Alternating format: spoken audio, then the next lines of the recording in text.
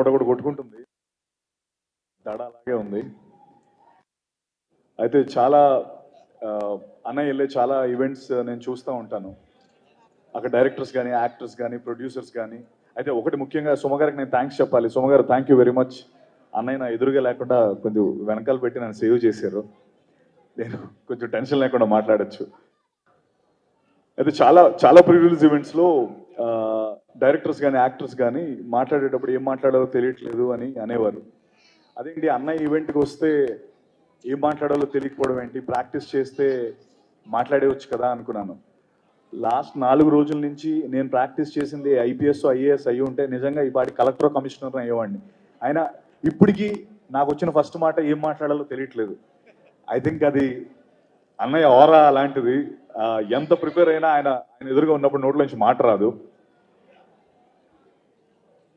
అన్నయ్య మామూలుగా సినిమాలు రిలీజ్ అయిన తర్వాత హిట్ అవుతాయి. నేను ఆనెస్ట్గా చెప్తున్నాను, మా సినిమా ఆల్రెడీ హిట్టే.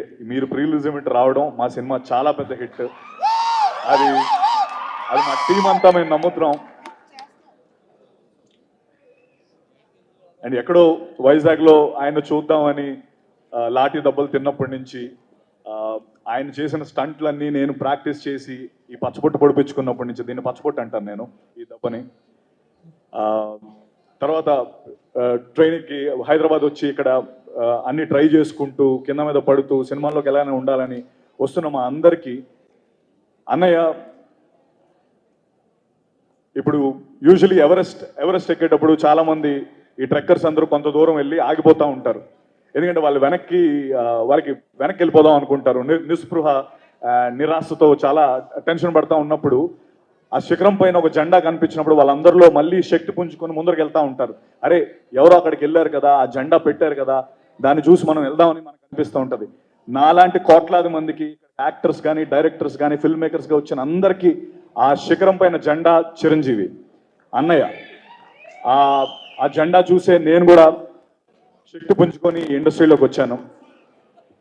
అంటే అన్నయ్య గురించి చెప్పాలంటే మామూలుగా మన అమ్మమ్మ నానమ్మ చీరలు నెక్స్ట్ జనరేషన్కి వెళ్తూ ఉంటాయి. తాతగారి వాచ్, ఇంక్ పెన్ను, లేకపోతే అన్నయ్య సైకిల్ నెక్స్ట్ జనరేషన్కి వెళ్తూ ఉంటాయి.